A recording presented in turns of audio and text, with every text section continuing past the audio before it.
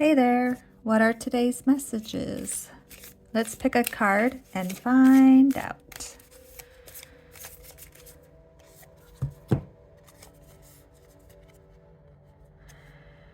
Happiness can be found even in the darkest of times, if one only remembers to turn on the light. J.K. Rowling. Action.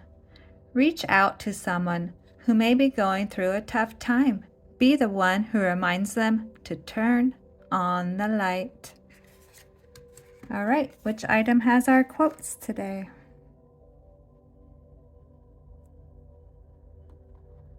Let's pick this box.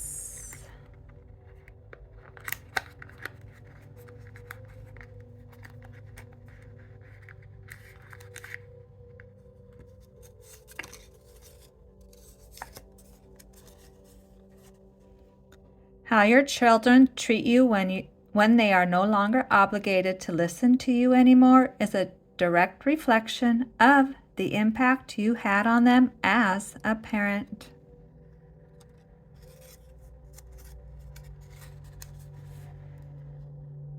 Loving someone harder to make them love you is usually a trauma response. Loving yourself harder to attract those who love themselves is a healing response.